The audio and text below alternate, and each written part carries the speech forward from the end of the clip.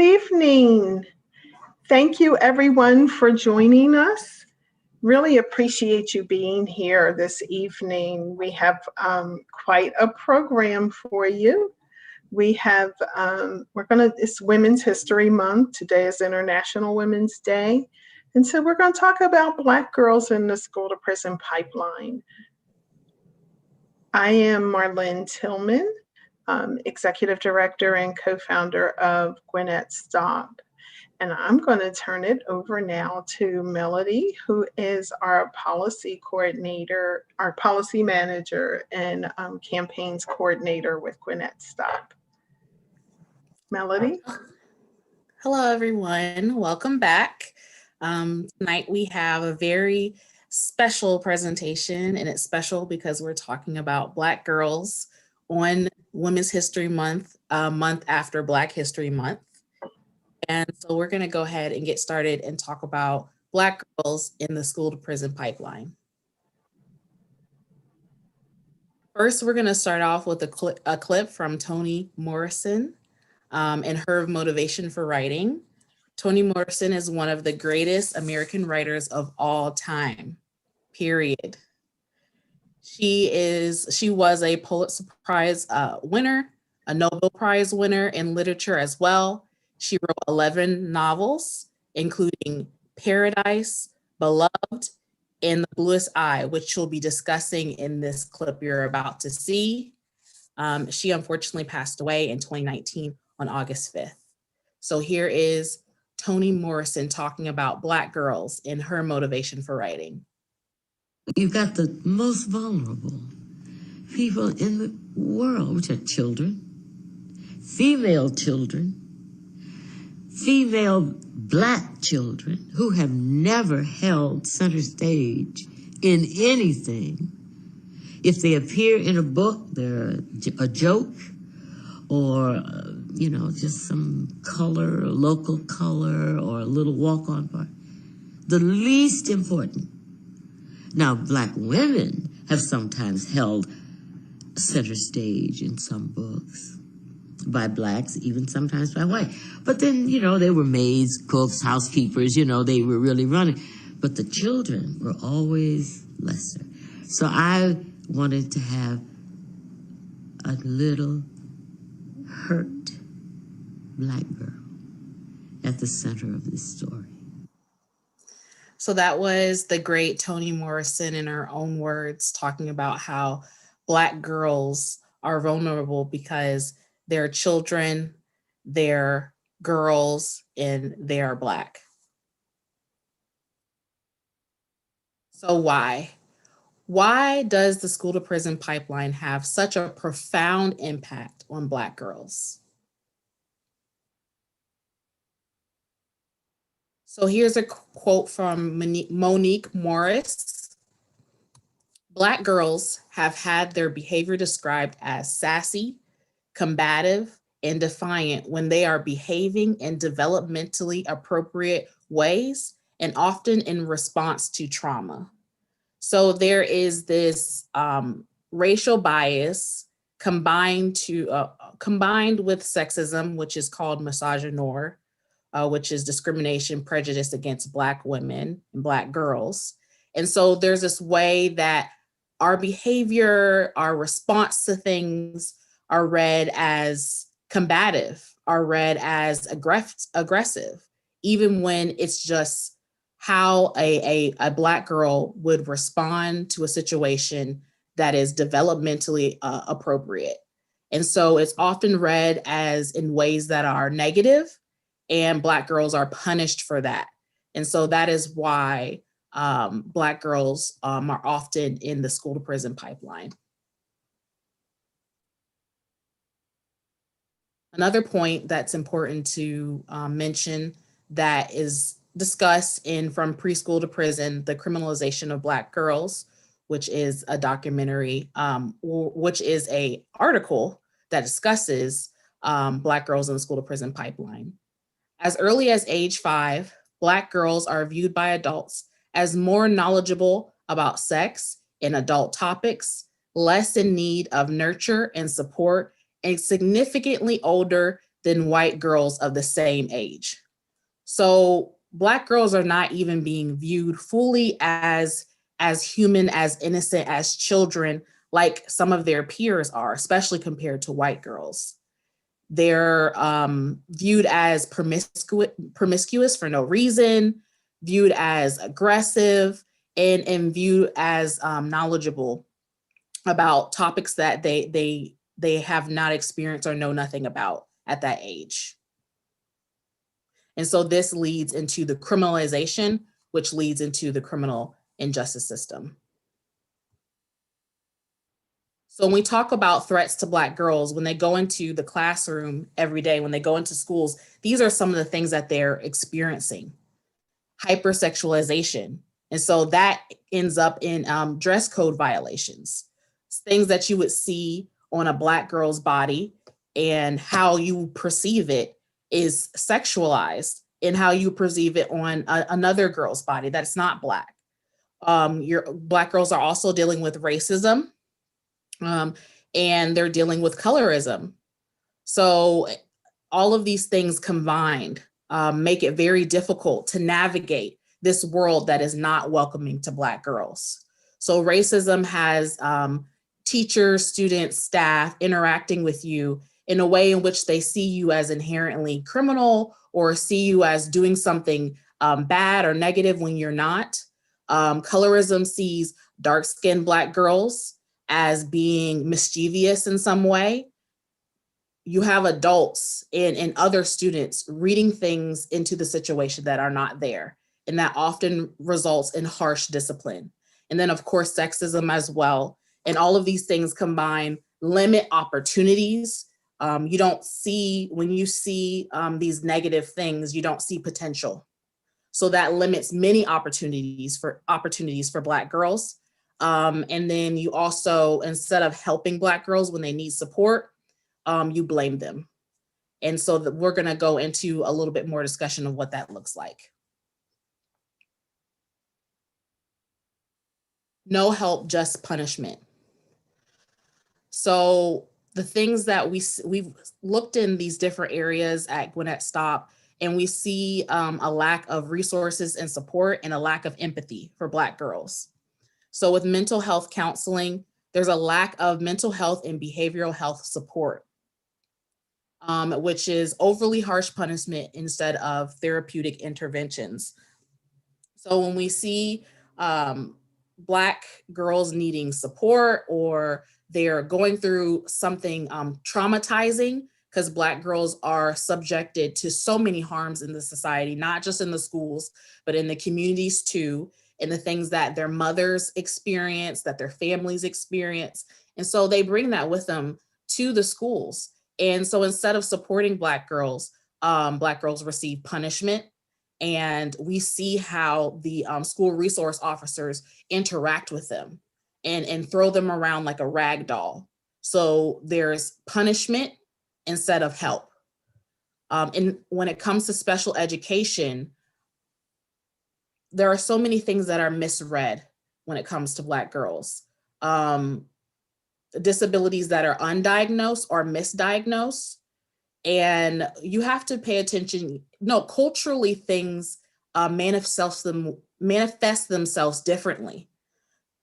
And so it's important that we pay attention to what should we know about Black girls to make sure that we are diagnosing properly. What should we know about Black girls to make sure that we are giving them all the support that they need, instead of just contributing those challenges to bad behavior or attitude, or this child is just difficult. How can we help this child? Because we've seen that happen a lot with white children. If they're struggling in school and, oh, well, this is a good kid, what's going wrong? What's going on with them? We rarely ever see that with Black children, and we don't see that with Black girls either. If they're struggling at school, it's like, oh, well, what's going on at the home? And, you know, why is she behaving this way? And it's not, okay, how can we help them? How can we support them? Also, when we look at poverty, we see that Black girls are disciplined for having an unmet need instead of being helped. So when poverty affects a student in so many ways. We know that not having nutrition makes it hard to concentrate. So if you have a child who doesn't have the proper nutrition and doesn't have the help that they need, maybe instead of assuming that they just want to, that they're just distracted and they don't want to pay attention in class, maybe there's a reason why they're having a difficult time focusing on their work. Don't automatically assume and jump to, oh, bad behavior, attitude, this child is not a good student. Let's actually figure out a way to help this child be successful instead of coming up with all the reasons why we need to push them out of the classroom. So now we're going to talk about the violence against Black girls. This section is going to be very difficult. It has some disturbing images of how SROs treat Black girls. And so we want to, anyone who may have an issue or that might trigger in some way, we want to give a warning. So the next video contains graphic images of Black girls being abused in schools by school resource officers. And we want to highlight this documentary called Push Out: The Criminalization of Black Girls in Schools. This is a documentary by Monique Morris, where she goes into detail about how Black girls are treated in school. Black girls are not afforded innocence. They're not given the benefit of the doubt. They are not even schools do not try to understand where Black girls are coming from. They just see them as negative. They see them as not having potential. And so this is what happens because of that. When you have this mentality, when you have this ideology that is racist, that is sexist, these are the things that come from that.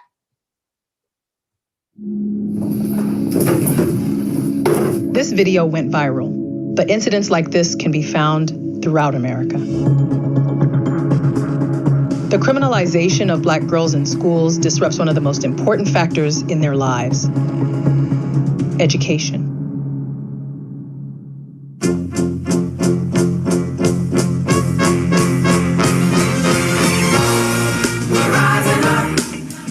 I would like for schools to become locations for healing so that they can become locations for learning.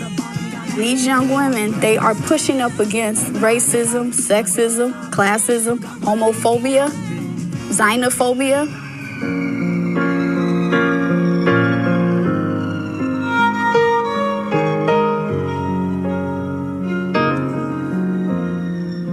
I've asked girls if they felt that teachers were afraid of them.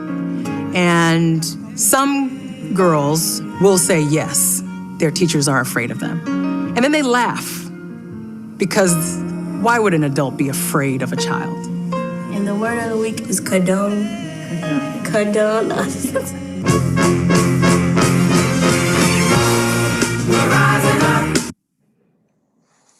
And so that was a short trailer from Push Out: The Criminalization of Black Girls in Schools. And we definitely suggest that you watch the whole documentary, because it goes into detail about what Black girls experience in schools around the country. So in the news, we've had some recent events that happened in the last month and a half that shows how the United States treats Black girls.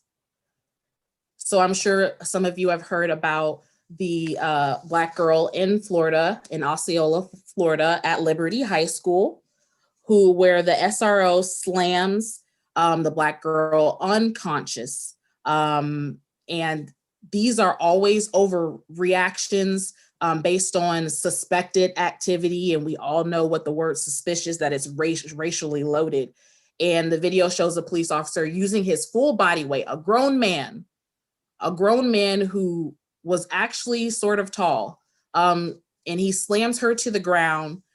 You can hear a thud. You can hear her head hit the ground, and then she's knocked unconscious. Nothing justifies that. So a child, you have a question about what a child is doing in school, so you slam them on the floor unconscious. And how does she go back into the school knowing that if someone even suspects that she's doing something wrong, she will be violently thrown on the ground. This is what we're facing. This is what Black girls are facing in our schools. And this is not the first time that this has happened. Then we also remember the recent police video of Rochester police pepper spraying a 9-year-old girl. And this is what I mean by Black girls not being seen as girls, not being seen as children. During that encounter where a child who was having a mental health crisis with her in her family, the police told her to stop acting like a child when she didn't want to be arrested. And she said, "I am a child." Black girls are not seen as children. I even recall when I was younger, I was about 12 years old and I had a younger brother. I remember a white woman coming up to me and asking me if that was my child. You know, there were several instances where I remembered that I was not seen as a girl like my white friends were. And this is something that is a serious problem in the United States and around the world. The girl was later taken to the hospital to receive medical treatment and was released back to her family. So that was a very difficult section, but we always have hope. And there's so much being a Black girl, being a Black woman that we have to hope for. So we are brilliant, as you've seen by the authors and the people that I'm about to introduce you to. We are the blueprint for so much in music, in fashion. Everyone wants to be like Black girls and Black women. And we have joy. We bring joy into every situation that we encounter or that we come into. And we are also the backbone of communities. Black women around the world, we are not only the backbone of our community, but communities throughout our nations and our countries. Black women have not only raised their children, they've raised a lot of other people's children in homes and in their homes as well. So I would love to talk to you about some brilliant, incredible Black women. First, I'll talk to you about Bell Hooks. So Bell Hooks is a professor, an activist, and an author of Ain't I a Woman? She is considered one of the founders of the modern feminist movement and what we would now call intersectional feminism, which even back then that word wasn't coined yet. And I'm about to introduce you to the person who did coin it. But Bell Hooks is renowned in her feminist critique and what she has done to make sure that Black women have a voice when we discuss feminism and we discuss freedom from racism and the patriarchy. And so speaking of intersectional, Kimberly Crenshaw, which you see on the far, I believe that's the right of your screen, Kimberly Crenshaw is an attorney and professor of law at Columbia Law School. And she coined the term intersectionality. She coined the term intersectionality, and y'all, I cannot stress enough how big of the deal this is. Every social justice organization out there, every movement is all talking about intersectionality.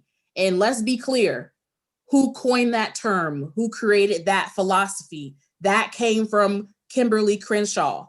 And there are so many diversity and inclusion and social justice and talking about gender and race and the intersection. When they talk about the intersection, they're talking about Kimberly Crenshaw's contribution to the discourse on liberation for people who deal with interlocking systems of oppression.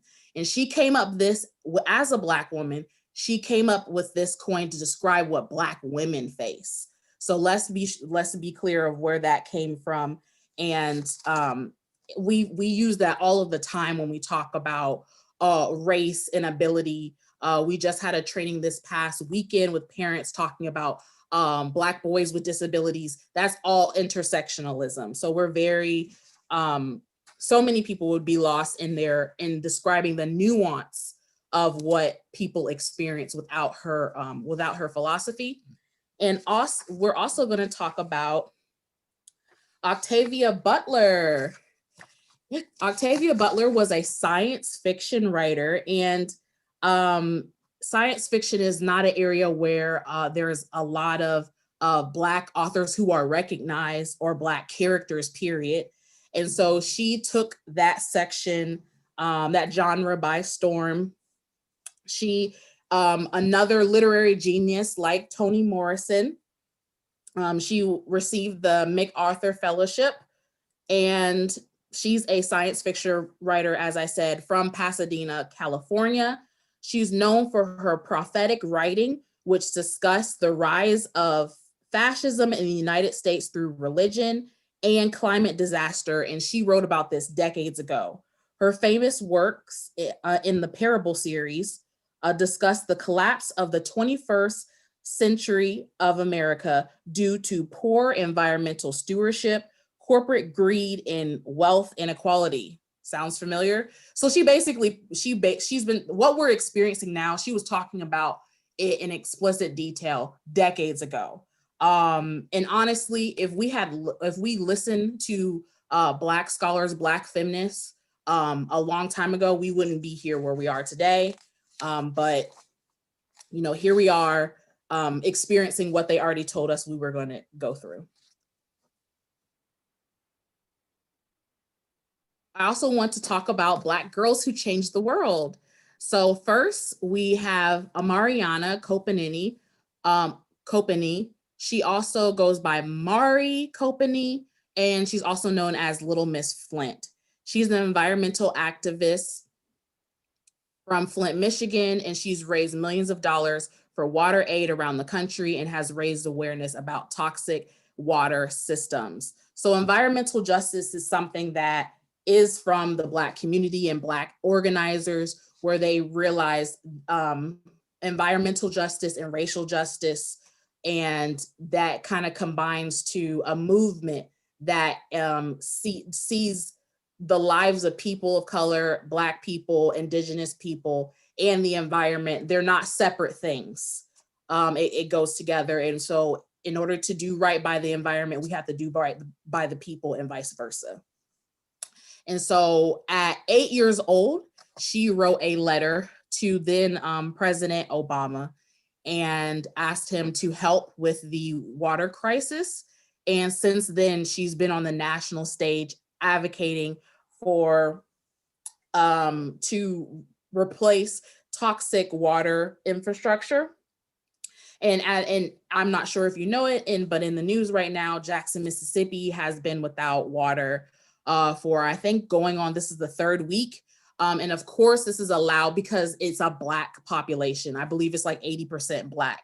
So when we talk about the United States loves to talk about third world countries, loves to talk about places around the world. Look at them. They don't have this. Guess what? In the United States of America, people do not have clean water. People do not have homes. They live in caves, in underground places. People live in tents. People freeze to death when we are not prepared with the infrastructure. So that's very much an American problem.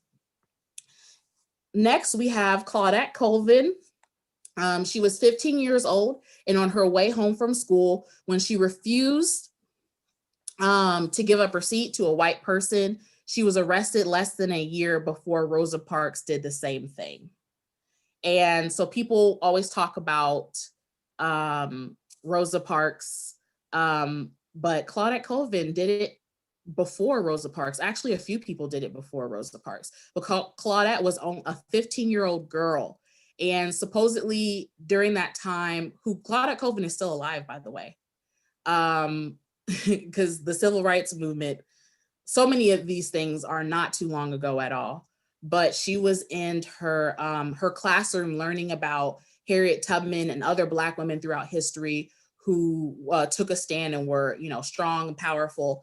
And she was then on the bus saying, "I'm not giving up my seat to a white person," which is very demeaning to have to move out of your way because a white person came on the bus. And so she decided not to that day.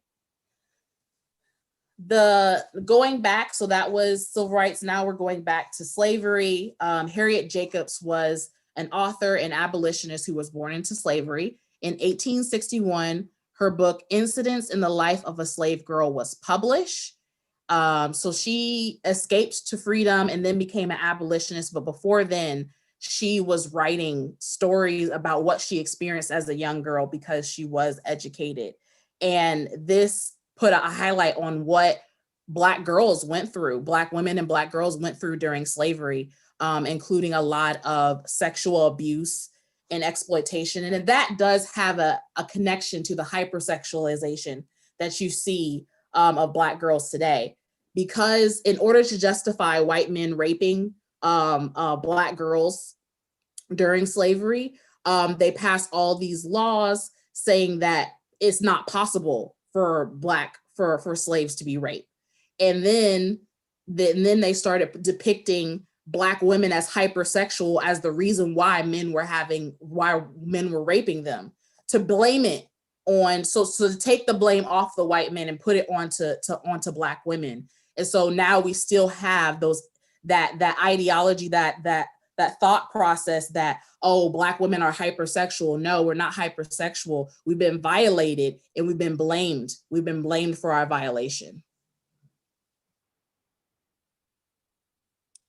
So what do we need to do? We need to protect Black women, and that needs to extend to trans girls, Black trans girls, femmes, and gender nonconforming people.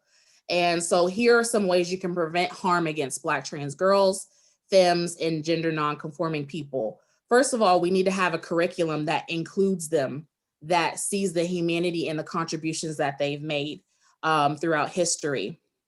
We also need to talk about removing police from schools.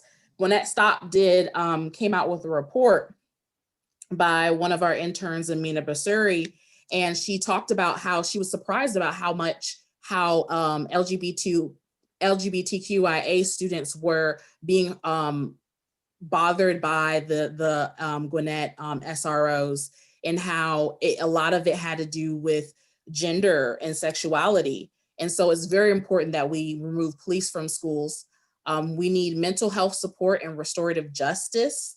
A lot of Black girls and Black femmes are coming from homes that may not support them, especially if they're gender nonconforming, and especially if they're Black trans girls, because we understand that this is a very conservative area socially. And then we need to prohibit abusive language and harassment by students and staff on the basis of sexual orientation and gender identity. So it needs to be made clear that in this area, sexual orientation and gender identity, we take it seriously that students are not harassed for any of those reasons, any of the other reasons either, but we have to specifically state that we protect and we value trans students in this school, that we do not bully anyone based on their gender identity. And this is inspired by a current campaign, much of it led by Black women and Black femmes. She Safe, We Safe by the Black Youth Project 100. And if you go to their website, shesafewesafe.org, they have a toolkit on how to do some of these things that we just mentioned. So in conclusion, although there are a lot of things that Black girls face in schools, there is so much hope that we have, so much brilliance. The scholarship that comes from Black feminism is remarkable, and it wonderfully critiques all the systems of oppression. And so many social justice movements come from Black feminism. So we have so much to be proud about. And so we definitely encourage moving forward. Please look at Kimberly Crenshaw wrote a book called Black Girls Matter, pushed out, over policed, and underprotected. And then we also want to encourage you to watch Push Out: The Criminalization of Black Girls in Schools by Monique Morris. And we think that both of these would be good next steps to educate yourself further on what we discussed tonight, and to stand up for Black girls, to stand up for Black trans girls, for gender nonconforming folks, and to make sure that we're protected. Because when you protect those who are on the margins, you protect everyone. And so that's what we want to make sure that we're doing in our advocacy moving forward. Thank you so much. Well, Melody, you really gave us a lot to think about. There was a whole lot. I really liked, well, didn't like, but really thought about the part where when our children are abused, we're always blamed. It's always the victim blaming. And so for those who say, well, why didn't you follow the order? Why didn't you comply? Why didn't you, do anything else? I'm going to say, let that happen to your child, and let's see how you feel then. Let's see if you think it's wrong. Let's see if there's any behavior that your child did that justified it, short of attempting to murder someone. And we know those children were not attempting to murder anyone, right? You'd expect a violent response in trying to stop someone from being murdered. Well, let's hope not, but you'd expect a more physical response to get whatever weapon out of their hands or something like that. Although there's an example that was set in DeKalb schools where the secretary was armed with nothing but her voice, her spirit, and her soul. And she talked the gunman out of his gun, gave them time to empty out the school. It is possible. You just have to have the right people in place. And this was someone who wasn't trained except in anything but her spirit. And so, we have to take our people from where they are and their walk of life and where they sit and the knowledge they bring. Everything is not about formal training. It's about who you really are and how you walking in this world. So I just wanted to kind of lift that up. And yeah, we are the third world country. Something that resonated with me as well. It had me thinking about the thing from the last administration. And, he said the S-hole countries, and this is it, Yeah. How do we still not have clean drinking water? How does a city, Jackson, Mississippi, go without water for that long? How do we have these inequities that take place in different communities for this kind of time frame without speaking up? And I just want to lift up some Black girl magic, okay, because we are brilliant, we are resilient.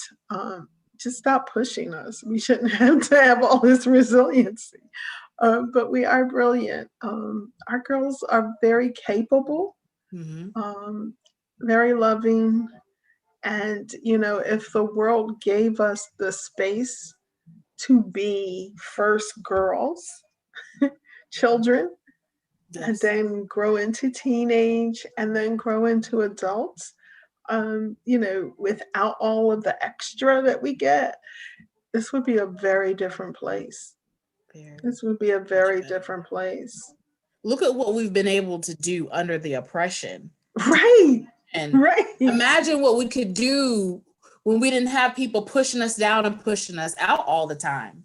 Absolutely. I mean, yeah, what we've been able, and then just the things that we contribute socially, the things that we look at how much Black women have been praised during the election process. And then, and then those same people disappear when we're being disproportionately impacted by all of these systems of oppression? Where is that energy? Just like we show up for everyone else, Yes. Black girls show up for everyone else. Who is showing up for us?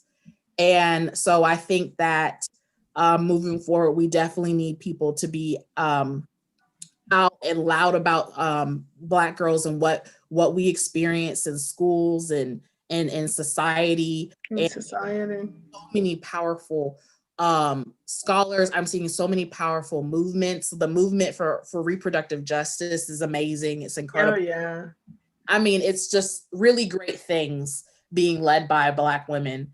And I'm just very proud to be a Black woman. Very proud. Absolutely. I agree with you. So can you show us how you get in touch with Gwinnett SToPP? Yes. This is how you get in touch with the Gwinnett SToPP. We'd love to hear from you. So info@gwinnettstop.org. You can shoot us an email for more questions or tell us what your talents are and how you would like to contribute. We love to link up with you and discuss this more. You can also visit our website at www.gwinnettstop.org. And I'm so proud because the website has an Action Center page on there for our Kick Cops Out of School campaign. And there are so many things on that website. There's reports, there's policy, there's updates, there's press release. It's really a one-stop shop for understanding school-to-prison pipeline, especially in Gwinnett County. And then, of course, you can follow us on Twitter at Gwinnett SToPP. And then, yes, we also have this YouTube channel. So please check back and come back and see us and watch the other videos that are already uploaded. Yeah, so we're moving our monthly program over to YouTube now. We're finding it's an easier tool to use. So just look for us the first Monday, or is it the second Monday? Second Monday of the month. We will be here educating you more, understanding, really starting to unpack what's behind what we see and this education system in crisis. We have to first understand it and then start talking about solutions, right? Because we always have solutions. So thank you very much, everyone. Any final words, Melody? Oh, no, that's it. You said it all. Well, thank you so much for joining us. As Melody said, hit us up. We're always looking for folks to join in on the campaigns. We are volunteer powered, so we really need you. And that's it for us. So have a great evening, everyone. Good night. Bye.